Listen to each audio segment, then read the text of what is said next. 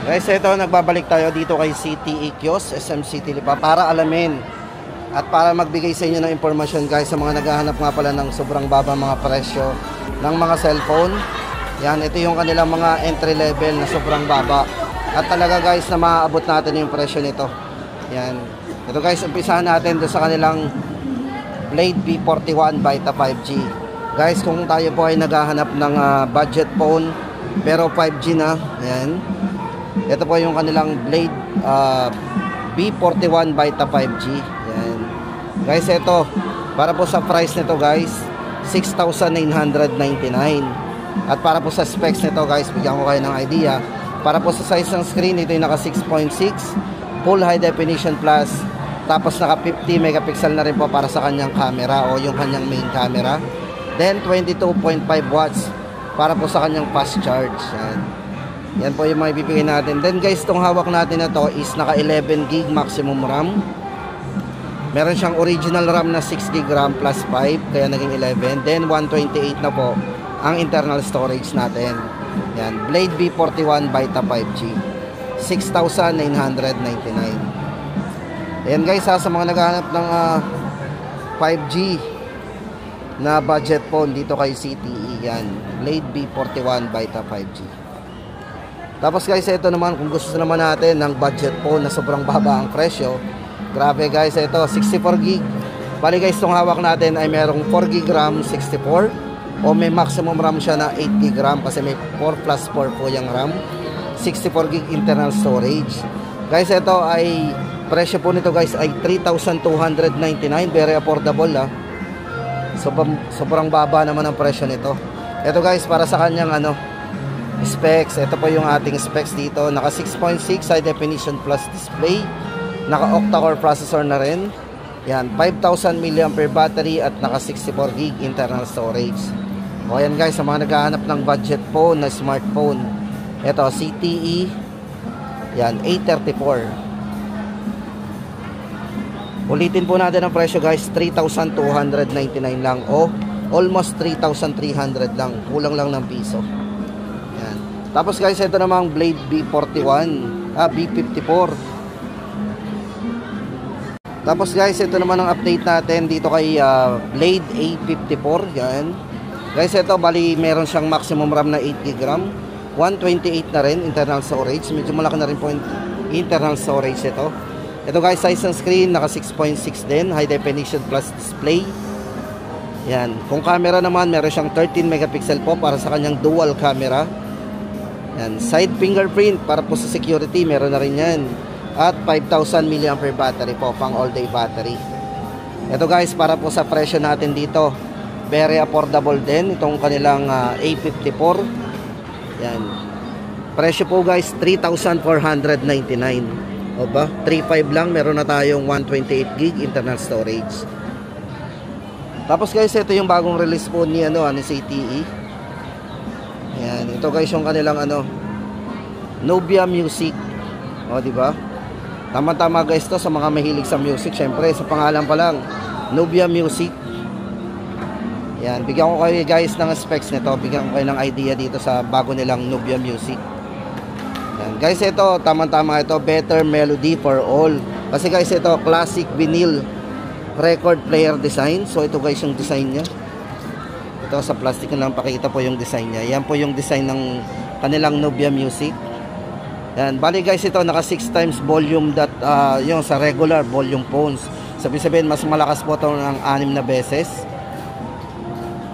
Ayan. Tapos ito guys is naka dual 3.5mm earphone ports for unlimited sharing. O, di ba? May dalawang ports yan. Para po sa kanyang specs and parameters, guys, ito. Meron siyang 600% higher volume.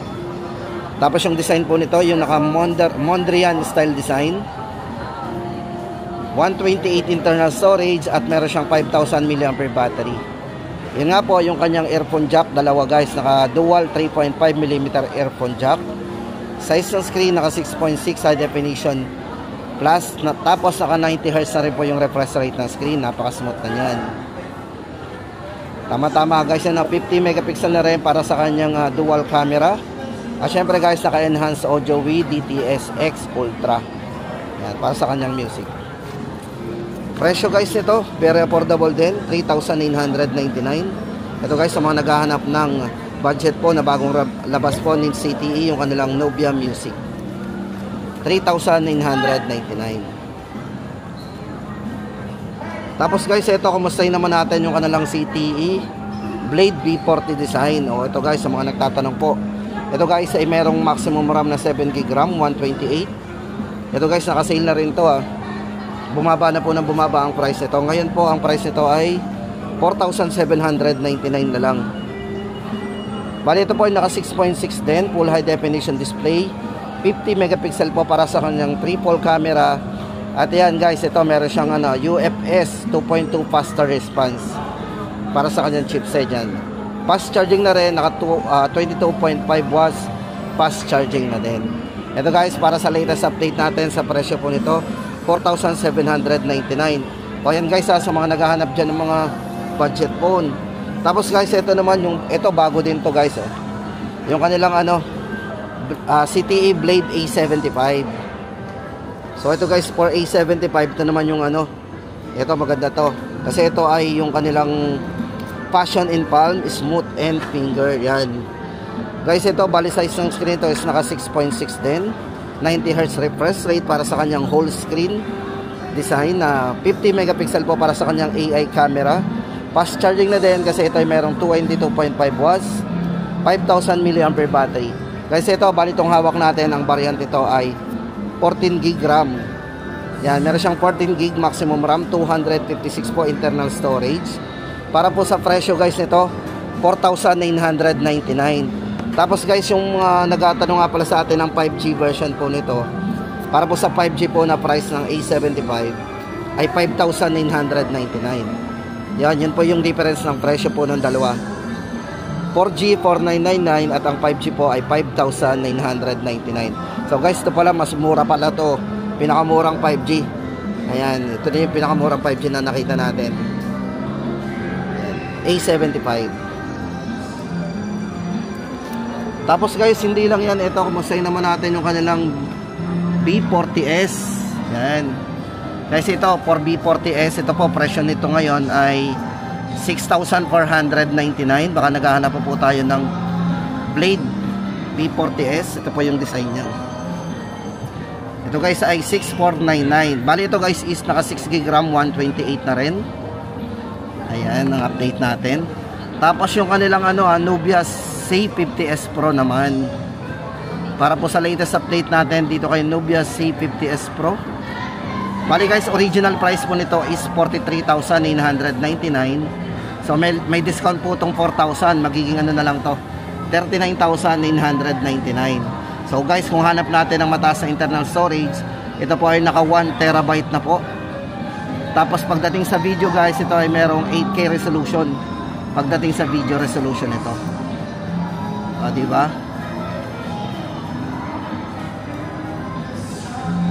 Yan guys ang update natin dito kay Nubia C50S. Tapos yung kanilang Blade 50, yan para sa update po natin ng Blade 50. Ito guys ay 6,999 na lang ngayon. So ayan guys, ulitin po natin ang price ito, 6,999 na lang. Yan, CTE Blade 50. Bali guys, ito ay naka 8GB RAM, 256GB. Bali maximum RAM po nito is naka 18GB. Yan, 18GB maximum RAM. CTE Blade 50. O yan, sa mga nagtatanong po ng CTE Blade 50. Tapos guys, ito kumustahin naman natin yung Nubia Neo 5G. Baka may naghahanap po ng Nubia Neo 5G. Para po sa latest update po natin sa presyo nito, ito ay 9,999. Pero yung nga lang guys, halos nakakaubusan na po nito. Yan, kasi may bagong labas na po ng bago. Yan, Nubia Neo 2. O alamin na rin po natin yan. Kasi ito, meron tong maximum RAM na 18GB RAM, 256GB internal storage. Syempre guys, maganda dito, naka 5G na to, si Nubia Neo 5G. 9,999 po para sa latest price update natin dito. Tapos guys, ito alamin naman natin yung kanilang mga Nubia series. Sa mga nagtatanong po ng Nubia series, ito check natin.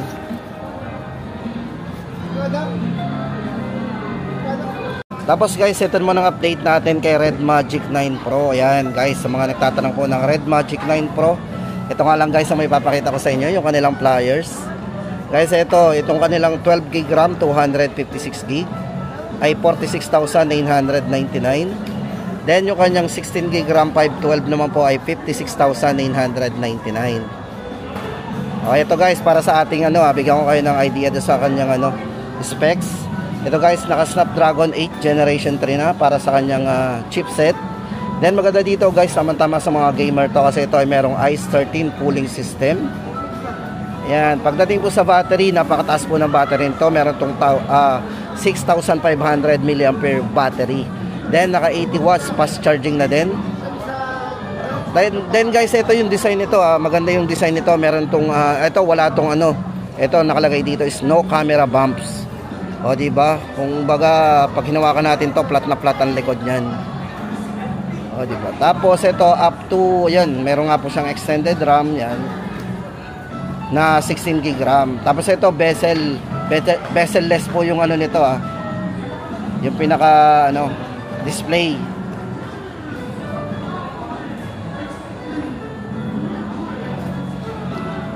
O yan guys, ang update natin dito kay Red Magic 9 Pro. 520Hz guys, shoulder trigger.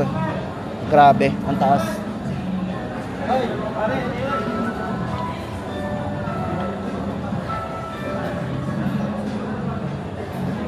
Yan, Red Magic OS 9.0. Yan guys, ang update natin dito kay Red Magic. Ulitin po natin ang presyo ng dalawa, 46,999, 12GB 256 at yung kanyang 16GB 512 po ay 56,999. Tapos guys, ito naman ang update natin kay Nubia Z60 Ultra. Yan guys, 51,999, naka 16GB 512 na po yan. So, para po sa kanyang specs and parameters, naka Snapdragon 8 Gen 3 na rin po yan.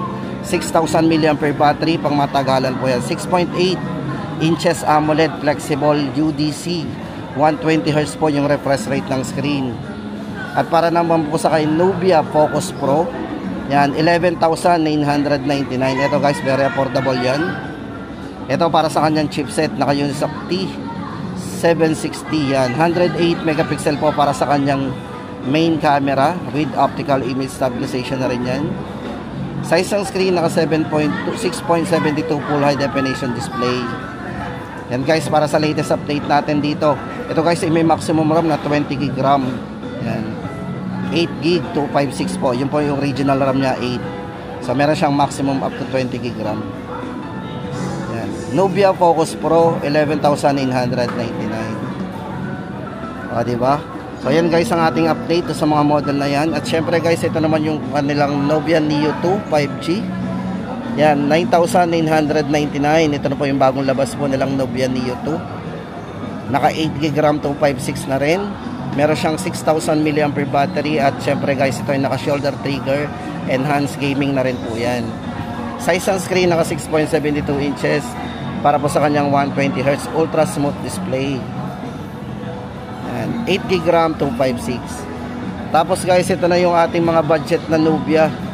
Yung kanilang Nubia V60 design, ito po ay 5,999 lang. Meron siyang 4GB RAM, 256GB internal storage. Mas maliit lang ang screen nito guys. Ito naka 6.6 po to inches high definition display at naka 90Hz na rin po yung refresh rate.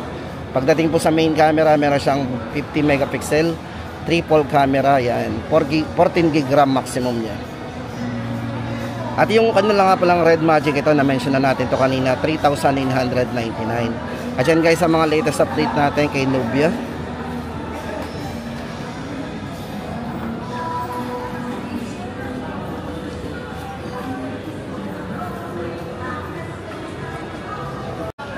So yun guys, ang update natin dito kay ZTE sa mga naghahanap ng budget phone.